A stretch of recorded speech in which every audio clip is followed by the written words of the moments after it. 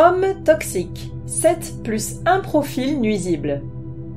Les hommes toxiques ne sont pas tous forcément pervers narcissiques, mais ils partagent avec eux un certain pouvoir de nuisance. Il existe en effet des personnalités néfastes pour leur entourage. En vous mettant en couple avec une personne qui vous maltraite, que ce soit volontaire ou non, conscient ou non, vous vous exposez à des souffrances inutiles. Apprenez à reconnaître les 7 profils d'hommes nocifs et un bonus pour savoir si réellement cela vaut le coup de s'accrocher à la relation toxique ou si au contraire il faut la fuir et ne jamais retomber dans ce genre de piège amoureux.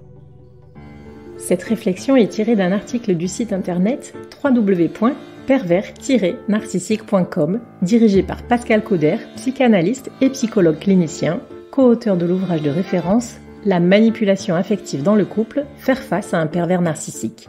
Depuis plus de 30 ans, Pascal Couder et son équipe de thérapeutes spécialistes des questions autour de la manipulation sentimentale prennent en charge les victimes de PN francophones partout dans le monde grâce à la vidéoconsultation.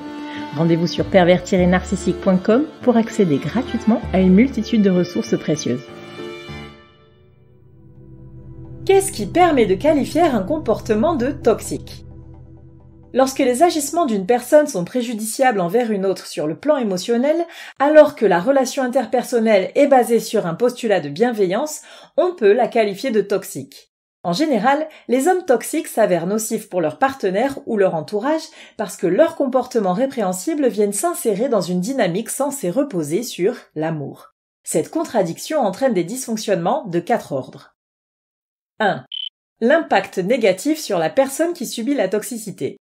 La victime d'un comportement nocif développe un mal-être chronique. Celui-ci se manifeste par de l'anxiété, une dévalorisation de l'image de soi et, dans les cas les plus extrêmes, une dégradation de la santé mentale ou physique, dépression, psychosomatisation, etc. 2. La dynamique coercitive de la relation. La relation d'amour se transforme peu à peu, au fil des agissements délétères du conjoint toxique, en un rapport de domination. C'est dans ce cadre que la mise sous emprise peut s'opérer, ouvrant la voie à la manipulation, au contrôle, voire à la violence conjugale ou intrafamiliale. Cette dimension relationnelle est renforcée lorsqu'il y a un déséquilibre des pouvoirs, notamment une situation financière plus avantageuse pour l'homme abusif. 3.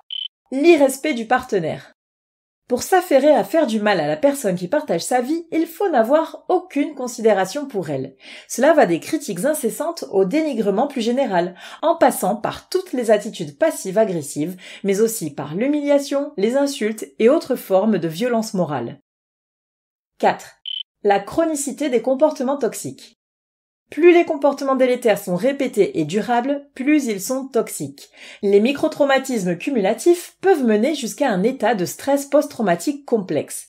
La psychothérapie est le meilleur moyen de parvenir à une prise de conscience de la dangerosité d'une telle situation.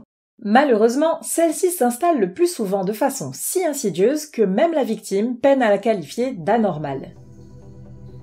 Quels sont les différents types d'hommes toxiques ? 7 plus 1 profil. Maintenant que nous avons pu cerner ce qui rend un comportement nuisible pour la personne qui le subit, attachons-nous à catégoriser les profils d'hommes toxiques que l'on peut rencontrer. Notons que certains individus présentent plusieurs des traits énoncés et que l'aspect culturel ou environnemental peut renforcer ces agissements. Ainsi, s'il y a une bonne part d'inconscient et d'involontarité dans la plupart de ces mécanismes, il arrive parfois que la destruction soit désirée, voire planifiée. Profil toxique numéro 1. L'immature. L'homme immature l'est surtout dans son incapacité à réguler ses émotions. Ce qui le rend toxique, c'est son instabilité d'humeur, sa fragilité face aux frustrations et son côté envieux. À l'instar d'un enfant, il a du mal à assumer ses impairs et ne supporte pas les contrariétés, ce qui l'autorise à piquer des colères. Ce trait de personnalité puéril révèle sa toxicité dès lors que c'est la personne qui partage sa vie qui va être en charge de tous ces débordements. Ainsi, elle va subir ses foudres, être accusée à tort, s'adapter à son côté lunatique, anticiper ses sautes d'humeur, endosser toutes les responsabilités et veiller à ne pas trop susciter sa jalousie.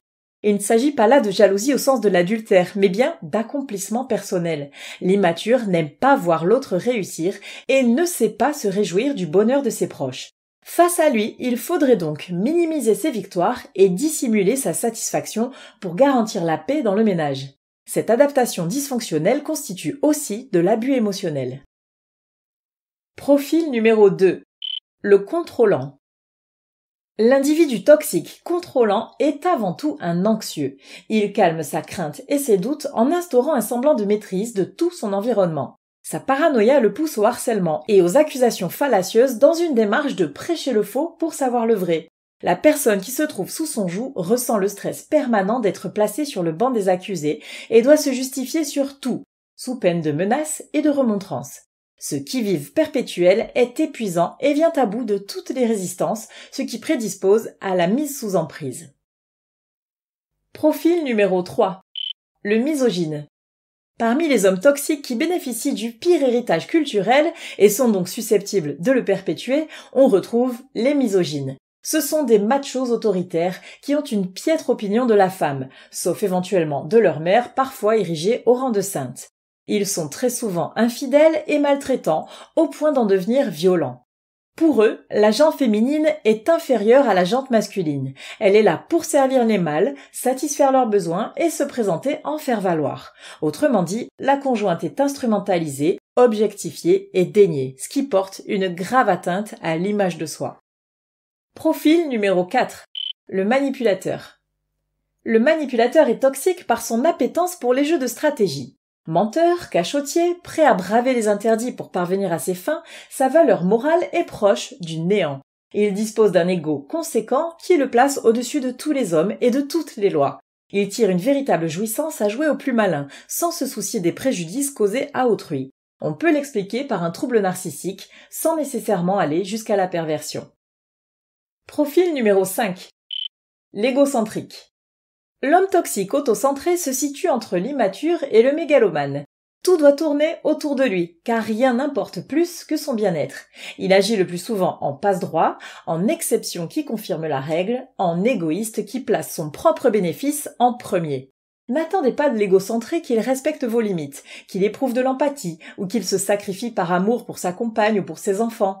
Moi d'abord est son leitmotiv. Toutes ses relations sont conditionnées par l'intérêt qu'elles lui apportent. Il n'y a donc aucun partage ni amour, si bien que vous ne revendiquez plus rien et étouffez de vous-même vos besoins et désirs en faveur des siens. Profil numéro 6. Le mégalomane. Le besoin de pouvoir, de domination et de grandeur sont le lit de la toxicité du mégalomane. Tout son entourage doit se mettre au service de son ambition débordante. Seul compte sa réussite et son accomplissement personnel. Pour s'attirer la dévotion de ses proches, il leur fait miroiter un rejaillissement de ses victoires sur eux. En réalité, ces individus assoiffés de réalisations personnelles sont d'éternels insatisfaits, qui seront toujours en quête de plus. Profil numéro 7. Le plaintif. Nous vous avons présenté des hommes toxiques surtout par leur masculinité débordante. Mais leur égoïsme puéril peut aussi se manifester par une attitude de perpétuel malheureux. Les plaintifs sont incessamment en demande d'attention, de dévouement des autres. Leur positionnement de souffrant ou d'être fragile tend vers une négativité que rien ne semble contredire. Ils ont toujours une bonne excuse, des circonstances atténuantes, des facteurs externes expliquant leur état nécessiteux. Ils ont le chic pour s'attirer les candidates au syndrome de l'infirmière. Si ces comportements peuvent résulter d'un réel état dépressif, auquel cas une prise en charge par un professionnel de la santé mentale s'impose, un homme toxique se complaira volontiers dans ce schéma. Profil bonus.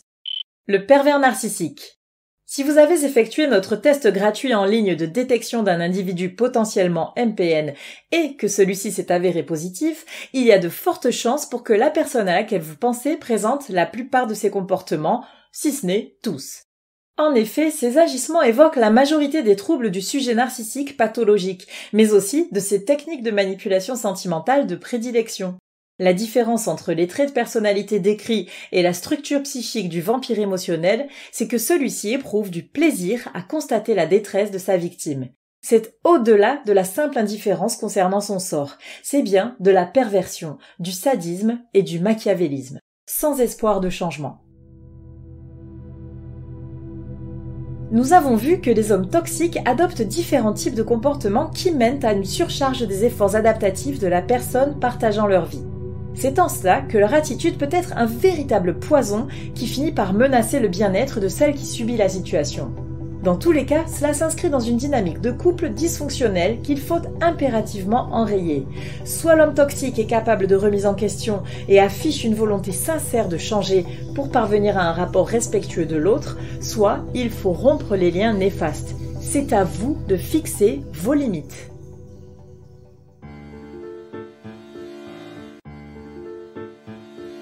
N'hésitez pas à vous faire accompagner par des thérapeutes spécialistes des questions de la perversité narcissique. Rendez-vous sur www.pervers-narcissique.com et trouvez-y de nombreux conseils sur comment gérer la séparation, comment gérer l'après, la reconstruction, et vous pourrez également rentrer en contact avec un membre de l'équipe. Ne restez pas seul.